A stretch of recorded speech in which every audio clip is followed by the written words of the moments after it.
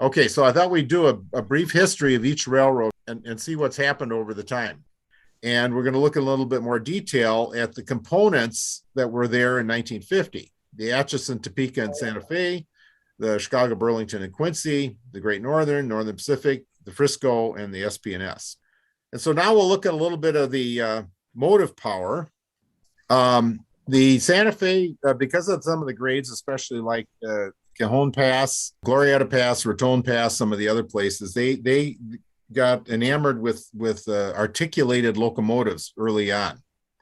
And you see, this is a 2-10-10-2, but it was so long they had to put in it was a flexible boiler. As you can see, they hinged pipes up on the top. Yeah, these are the steam pipes.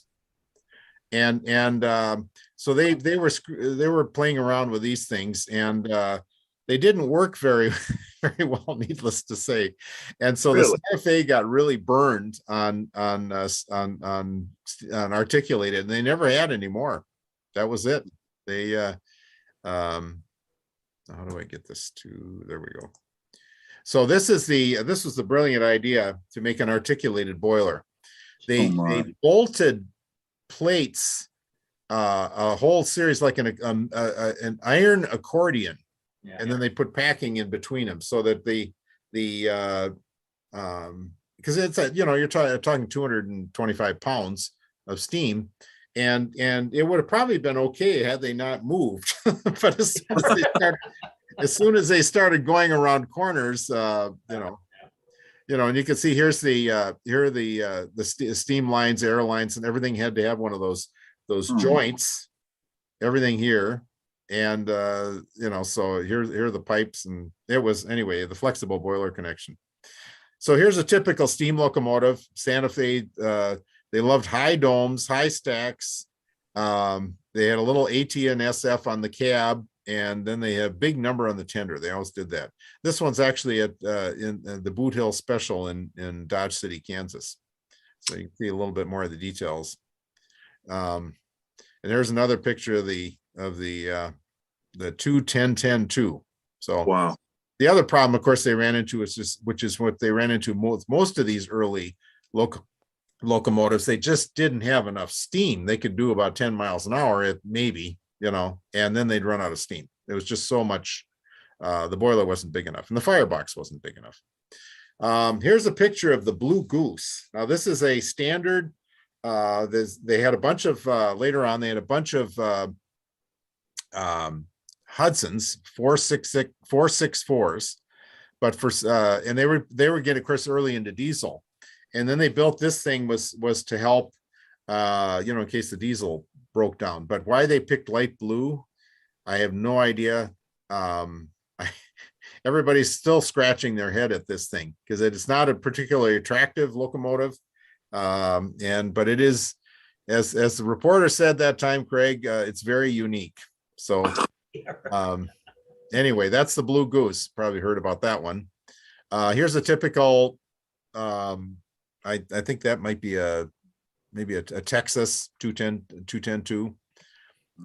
Here's a earlier 210-2. So why didn't they just put a pair of 210-2s together instead of that long articulated one? Well, that's what they ended up doing. Yeah. They wanted to, the idea was to try to do like they did later with the Challengers, have two locomotives with one crew and one, but they did. They had to run, you'll see in at Raton Pass, these other places, they always had helpers, and that was the way it was. So anyway, because they didn't build articulateds, they built some of the biggest standard locomotives. In other words, non-articulated. This is their Northern they built in the 30s. The thing is almost 17 feet high. It's huge. It is the biggest Northern ever built. I mean, they're just huge. And these had all the modern features. And as when we read the comments from our Zoom call on steam engines, some of the people were saying, these things would run from Chicago to La Junta, Colorado, and that's pretty good for a steam engine, but they would get very, very big steam engines. Here's their Hudson. It's a big Hudson, and that's what the Blue Goose looks like when it's not covered with a shroud. And here's an earlier, just a standard Pacific, probably back in the early in the teens. Yeah, here's this looks like the other one they built that was monstrous was a 210-4. And this is a 210-4 pulling the Chief up, and it's got two EAs on it, or maybe E3s. But this is at Raton Pass, and they have to have a helper. But these Texas engines were just huge. Here's down at San Bernardino. Here's a standard switch engine. They use a lot of consolidations, 280s for switch engines. And here's another picture of the monstrous Northern. They also loved stack extensions because, of course, they had lots of clearance out west, so they could put this thing on, get the smoke way up high. Just for your information, 2 hours from now, I turned 73. Well, congratulations! Oh, happy birthday! Thank you. Happy birthday! I was 73 a couple of years ago. It worked out real well for me. I hope it does for you too. Thank you, Craig. Thank you. I decided to keep going. Good idea. That's better. Well, happy birthday. Thank you. And my favorite engine is Alco PA1 with the silver and red Santa Fe. Yeah. Yeah. Well, for your birthday, do you see the PA1? Yay. Oh, beautiful. Yes. Yay. Happy birthday, train, the locomotive. That's Art Deco. Beautiful. Yes. I had one. In fact, I still have it. American Flyer Wow. model. Yeah. Yeah, It was a good runner. Many I don't think Lionel made one of those, but a buddy of mine had one, and it was American Flyer. Yeah. Yeah. Yeah, they made them in Northern Pacific and all sorts of other things. It was interesting, but they did a nice job on it. Jim Boyd, I'll talk about that. Jim Boyd in one of the in his book goes into detail about how they ended up designed the way they were, and we'll talk about that next month because basically they needed it in a hurry, and so they looked at the Erie builds, which were already being built in Erie, Pennsylvania, and by Fairbanks Morrison, they said, "Oh, that looks good. Let's do that." And so it's very similar to the Erie build, but with the long trucks and everything, very nice looking engine. Very nice looking engine. Yeah. Very sleek. Yes. Very, very neat. Yeah. Thank you. Okay, that was a nice transition into diesels. And so we'll go back to the beginning of diesels with the Santa Fe. This is an Electromotive Corporation, the predecessor to the Electromotive Division, early box cab. It had two diesel engines in it, and it was BB. And this is what they were testing, and they were very reliable. They moved trains along pretty well, and so they built more advanced units. This shows the passenger train being pulled by two of these units. They made more elaborate ones for the Santa Fe. They were red, cream, and dark blue. So that was when they got the cream and dark blue started with that scheme. But you can see all the louvers on top. The radiators were up on top, and basically they're developing what became the E unit. Then the crews complained that when you're driving 90 miles an hour and you're sitting in this box cab and you look at traffic crossing in front of you, it's not very good. Out west, not so bad, but when you get to Illinois, places like that where they have grade crossings, that became an issue. So then they modified them and moved the crew way up, sort of built a makeshift nose and put big beams in here. So that helped it. That was better. It's certainly not attractive, but it did function. And these were one and then two trucks. So they had an idler axle in front, and so it was one AA and modified like that. So here they are. Here's the side view of it.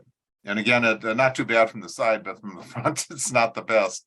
Well, then they turned around, and of course, it's General Motors. They were building automobiles, and they thought, well, let's make it look like a car from the 1930s and 40s. Put a hood on it and streamline it and a windshield and get the crew up and back, up high.